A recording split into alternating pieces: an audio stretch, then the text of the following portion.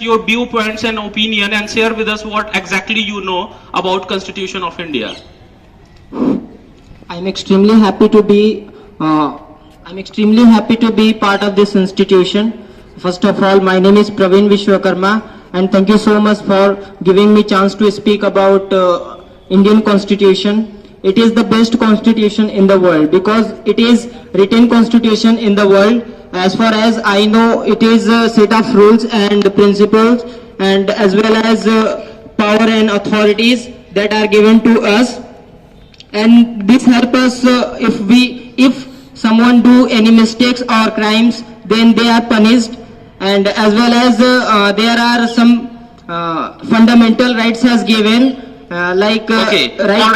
All right, Praveen, you have really spoken very well, and I have with me the next candidate who is Anjali Singh. Anjali, as far as I know, women, when it comes to women and its protection and security, तो मैं आपसे ये बात करना चाहूंगा कि अगर महिलाओं की बात आती है तो भारत का संविधान क्या ऐसा कुछ नियम बनाया है जिससे हमारे देश की महिलाओं को कुछ स्पेशल प्रोविजन या उनके सशक्तिकरण सुरक्षा की बात करी गई है? तो मैं आपसे ये जानना चाहूंगा कि भारत का संविधान कैसे महिलाओं और specifically I am talking about girls, कैसे एक कंड्यूसिव एनवायरनमेंट प्रोवाइड करता है जिससे महिलाएं अच्छा महसूस करती हैं, we are unsafe.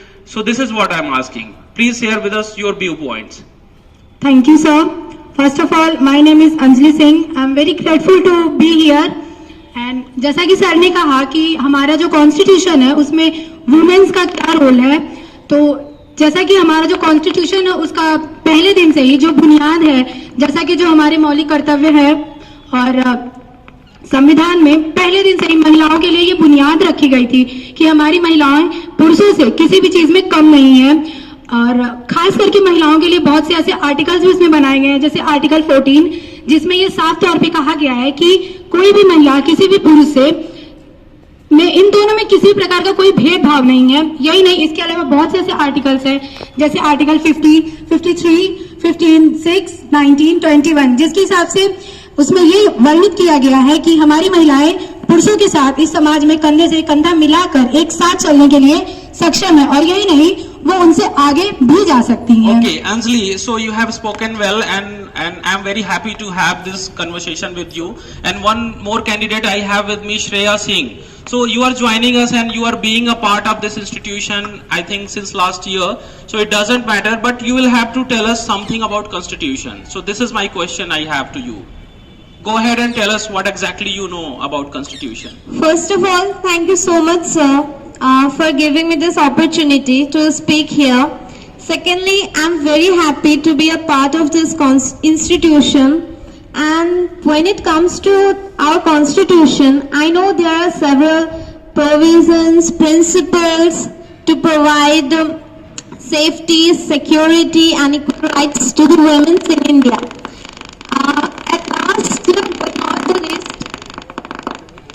Okay, not an issue.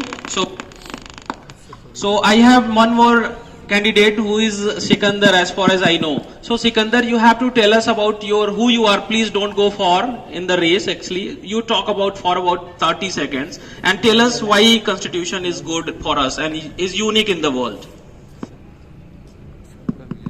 First and foremost, by the way, my name is Sikandar.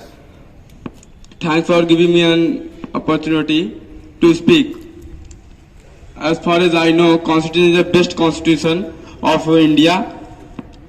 As far as I think, Constitution is the unique and So I think we are coming to a conclusion now. Students, thank you so much for being here. Have your places.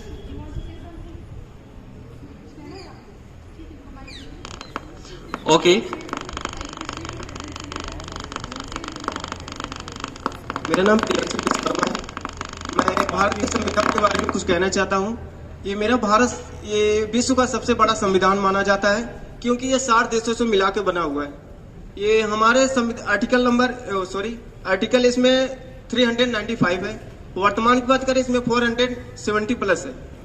तो article number हमारा 14 क्या कहता है, 14, article number 14 कहता है equality, मतलब समानता का अधिकार. इसमें कोई जातिवाद नहीं है, इसमें समान व्यवहार किया जाता है.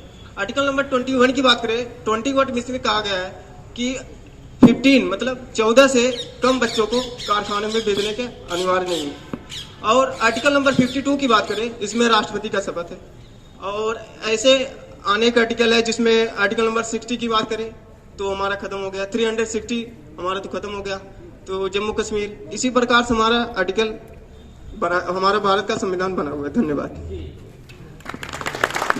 जैसा कि अभी एक छात्र ने बताया कि अभी कुछ स्पेशल रूल्स रेगुलेशंस हैं, और सबसे पहले मैं आपको बता दूं कि भारत के संविधान में अमेंडमेंट्स का प्रोविजन है, और हमारा जो कॉन्स्टिट्यूशन है वो कांस्टेंट और स्टैटिक नहीं है। मतलब ये एक ही नहीं है जो लिख चलता रहेगा। तो I mean on the demand of time and with the passage of time इसमें अमेंडमेंट्स होते रहते हैं। ऐसा नहीं कि आप इसे रोज बदल सकते हैं। कॉन्स्टिट्यूशन हमारा ऐसा है कि अगर समय की मांग है, अगर परिवर्तन बदलते हुए परिवेश में चाहिए तो हम उसके लिए अमेंडमेंट्स ला सकते हैं। उसके लिए हमारे लोकसभा और विधानसभा में उसके लिए मतलब मेजॉरिटी होनी चाहिए।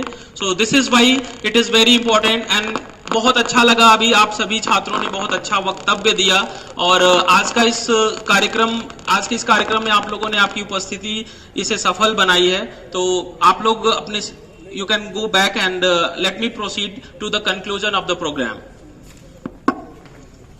Stop करें।